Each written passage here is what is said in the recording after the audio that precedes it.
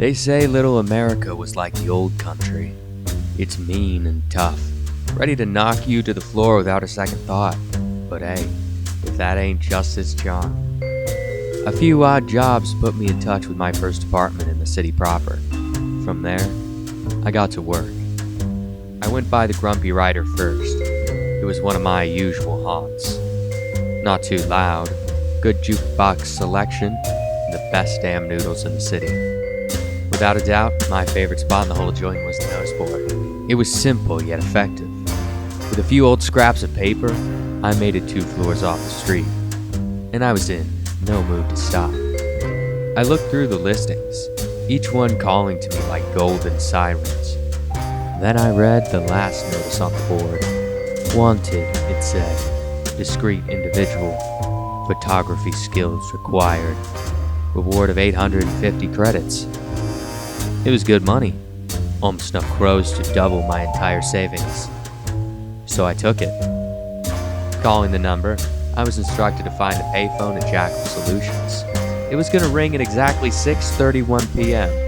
Problem was, I'd never heard of a Jackal Solutions. Before I could ask for clarification, the line went dead. I knew I had to find the place quickly, so I began to search hurriedly through the city map. When that didn't work, I went back out into the streets to see if I could hear the ringing. I checked my watch in nervous anticipation, until I finally heard it. When I reached the phone, I held the receiver up to my ear, hoping the caller was still on the line. There was a briefcase nearby. Inside was all the info I'd get on the mark. Once I had a photo of them, I was to drop it off at the client's apartment. Seemed easy enough. The briefcase was stashed under the phone, and I took a peek inside. Mark's number, hair color, and height were all included inside. It wasn't a lot, but I've worked with less. Just as I climbed back up to the ground floor, my police scanner went off.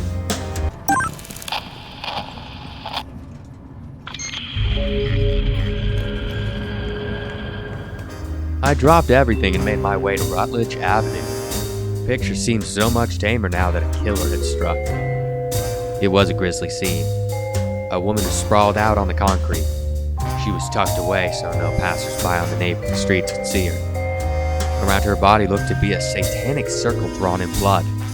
2 enforcers stood nearby, but they wouldn't bother me.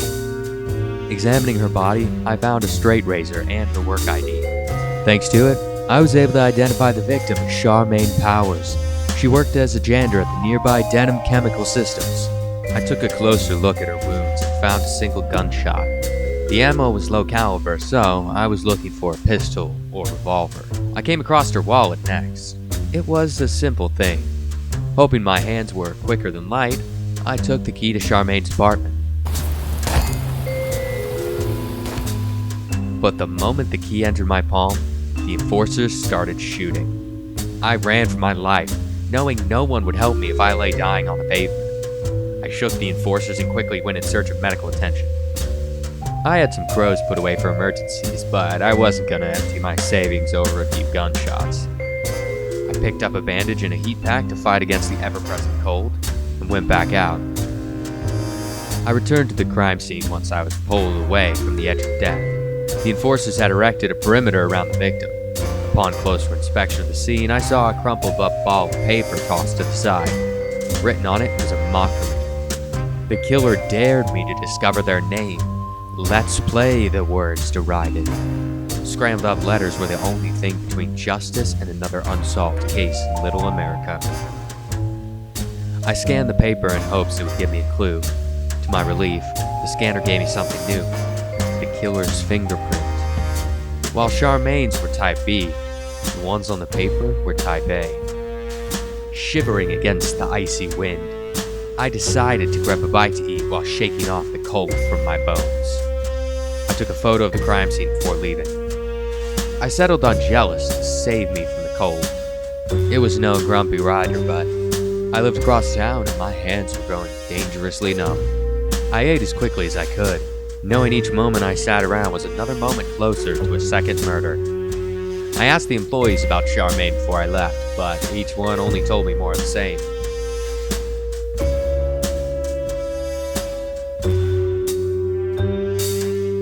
I began my search for the truth at her old apartment. I wasn't sure if anything would come of searching the place, but it was better to cross something off my list entirely than rule it out on a guess. I knocked to be sure no one else was home. When no answer came, I let myself in. It was a small studio apartment.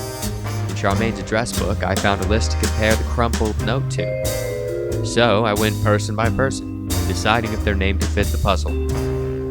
I had 2 names to follow up on when I finished. It wasn't much, but it was another lead. Next, I took the elevator to the 17th floor in hopes of speaking to Tobias, one of the 2 names from the address book. The man who opened the door refused my questions until I offered up a sum of crows. The man was Yang Ho, presumably the roommate of Tobias. It was a further problem. I couldn't discount Tobias until I knew his last name. I tried to bribe him, but I had to get inside. If he wouldn't cooperate with me, I was going to do what I had to do.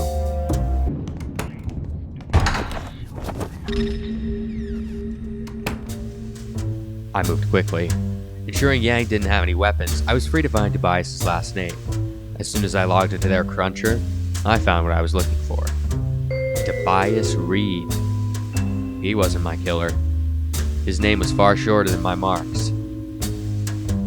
But as I tried to take my leave of the place, Yang woke back up. I rushed out the door as soon as I heard him wake and dove into the elevator. By the time he came outside, I was long gone. With Tobias off my list of suspects, I decided to pursue another lead. Charmaine was found less than a minute's walk from her workplace.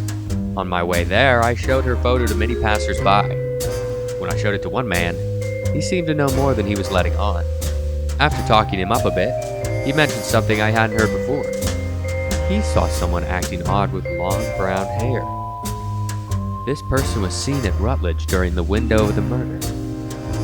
I wrote down what he said and thanked him for his time. Denham Chemical Systems wouldn't open until the morning, so I had to move quietly and quickly. I made my way up to the floor Charmaine worked on. I compared the employee names for Charmaine's work to the puzzle. To my dismay, I came up disappointed each time, but I refused to believe both her job and work were dead ends. So I set to work disabling the cameras and searched through her workplace. It was a nail-biting task, with failure threatening to undo all I'd done.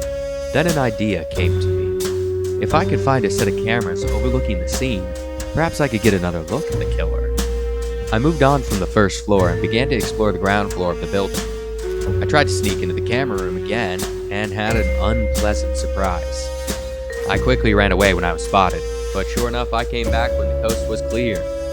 This time I had a new idea, one that would deal with the problem much more effectively.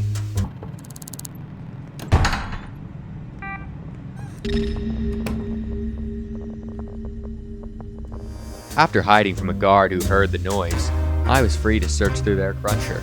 Again, I couldn't find a single camera that suited my needs. As I was about to leave the building, the person I hit stood up and fired at me. Pain seared through my body and instinct took over. It was the second time I'd been shot on this case alone. I would not let there be a third. I ran from the building and quickly went to recover at City Hall. I trusted another bandage could do it cheaper than a hospital bed. After my adrenaline began to descend to normal levels, I found myself extremely tired. My limbs were heavy and my mind was filled with smoke and haze. In an effort to prevent me passing out on the cold ground, I dragged myself back to my apartment. I set an alarm and collapsed into bed. I awoke earlier than my alarm and got to work. It was only 3 and I had wanted to sleep until 6, but beggars can't be choosers. So I pulled myself out of the apartment and back onto the streets. I began to show Charmaine's photograph to everyone around the scene of the crime and beyond. It was a tiresome endeavor.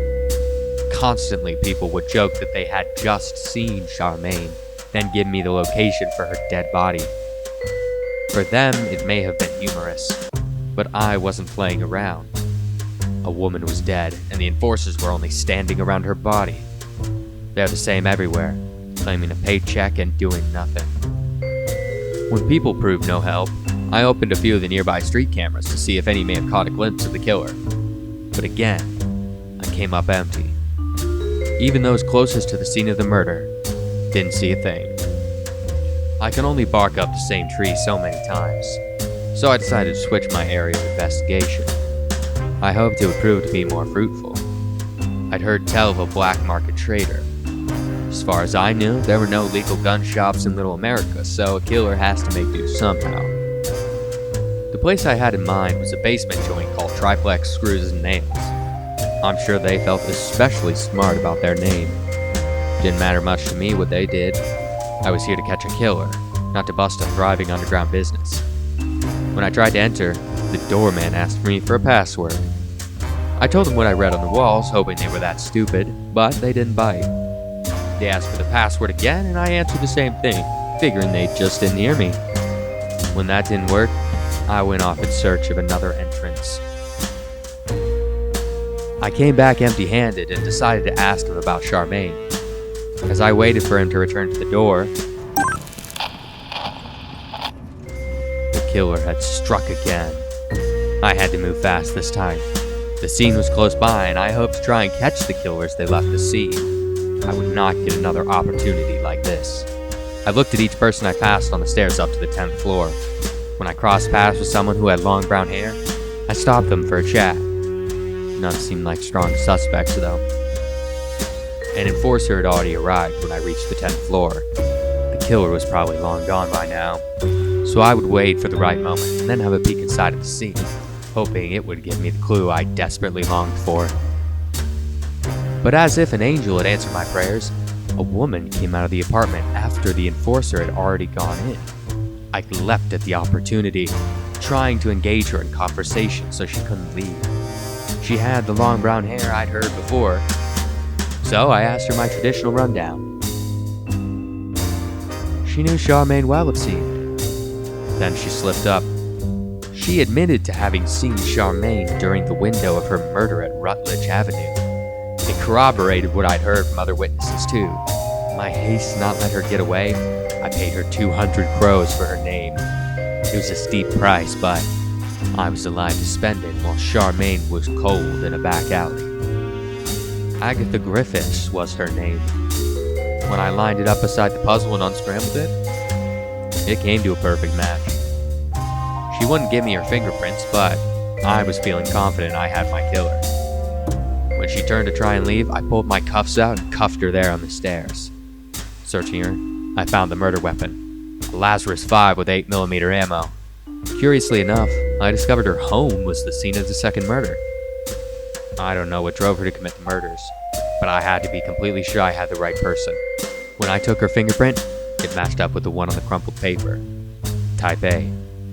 Before Agatha could get out of the cuffs, I raced to City Hall to turn in my resolution form. I will never know the person Charmaine Powers was. She lived alone in a studio apartment and worked as a janitor for 15,000 credits a year. Though I could not know her in life, I hope my work has given her peace in death. It's a hard life following leads and solving cases, but I wouldn't have it any other way.